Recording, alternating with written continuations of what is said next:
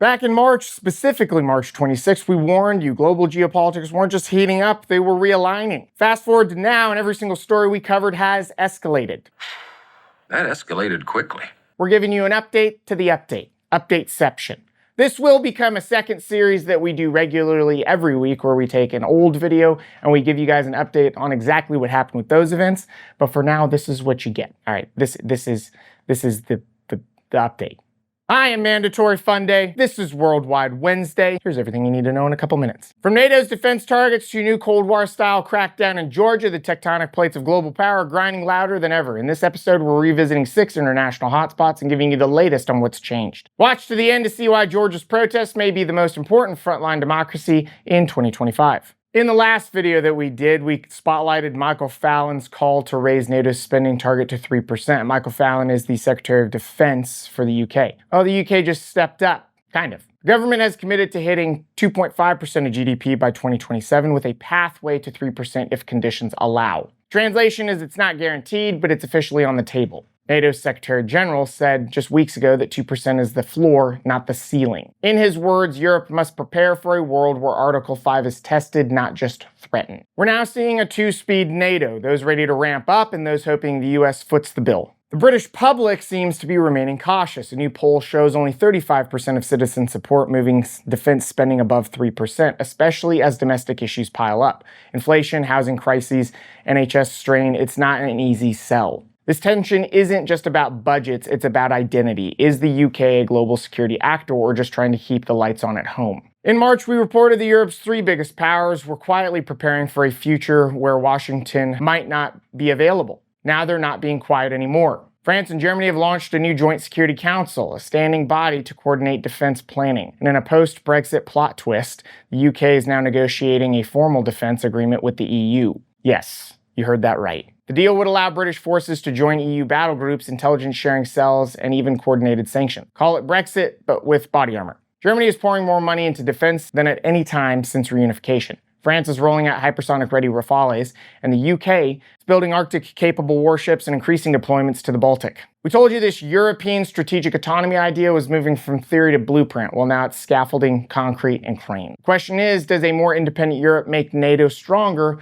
or more fractured? Let me know in the comments. If you guys enjoy the content, you can head over to MandatoryFunDay.com. We've got merchandise, and we've also got a members section. Members get access to exclusive content that you won't see here and 20% off merchandise orders forever. In addition to that, we've got a link where you can order regulation compliant shirts that you can wear under your uniform. They are very comfortable. I like them. Let's get back to the video. In March, we told you that Poland and the Baltics were thinking about leaving the Ottawa Treaty. As of April, they're doing it. They're joined by Finland, who announced it would reevaluate all post-Cold War arms treaties in light of Russian aggression. The new doctrine, if it works on the battlefield, we're using it. And this isn't theoretical. NATO Eastern flank nations are already stockpiling mines, redesigning border defenses, and practicing combined arms denial tactics. Critics are furious. Human Rights Watch called the move a tragic rollback of international norms, but Estonia's defense chief replied, international norms don't stop tanks. It's a raw debate, ethics versus survival, and with Ukraine's successful use of defensive mining against Russian forces, the math is changing fast. Eastern Europe isn't thinking in Geneva protocols anymore. They're thinking in hours. How many can you buy before the next wave of armor? Back in March, Japan, South Korea, and China held their first trilateral summit in nearly 6 years. The vibe?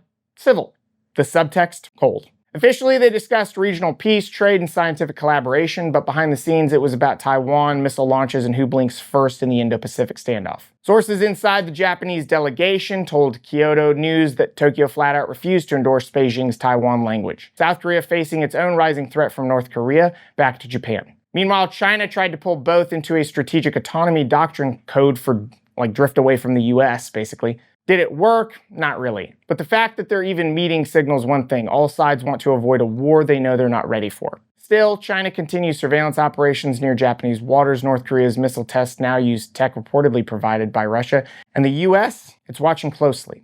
Bombers now rotating through Guam at regular intervals. Back in March, Lavrov told Russian Duma that Syria wasn't just a battlefield, it was the front line of a civilizational clash. That wasn't just theater. Since then, Russia has increased joint operations within Iranian militias. They're testing new electronic warfare systems, and they're actively recruiting Syrian fighters for deployments elsewhere. Yes, even Ukraine. Kremlin's propaganda arm is now branding Syria as the crucible of anti-Western resistance, claiming it proves that authoritarian regimes can survive, even thrive, in the modern era. And guess who's amplifying that message? Media outlets in Latin America, parts of Africa, and even India. This isn't just a war for territory, it's a war for narrative. And right now, Russia is doing more than fighting. It's storytelling. 4 months ago, Georgia's parliament proposed a Russian-style foreign agent law. We said then it could provoke the biggest protest since 2008. We were wrong.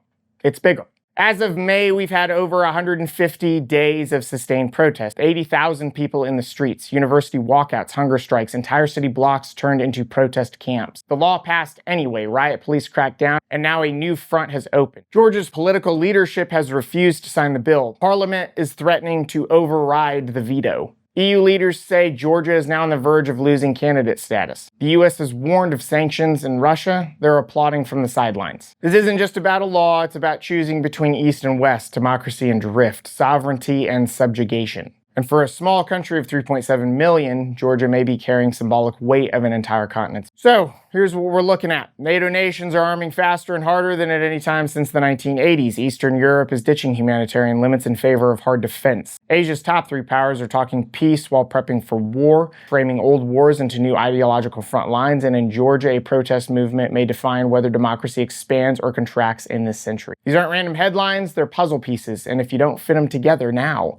you'll be caught flat-footed when the next global shock hits. Make sure you like, subscribe, and go to themandatoryfunday.com if you want to see some exclusive breakdowns or buy some funny shirts. If you enjoy these geopolitics videos, make sure you give the other ones a watch. I absolutely love producing these for you guys, and I always love to see you guys in the comments. You teach me something every single time. With that all being said, I'll see you next time.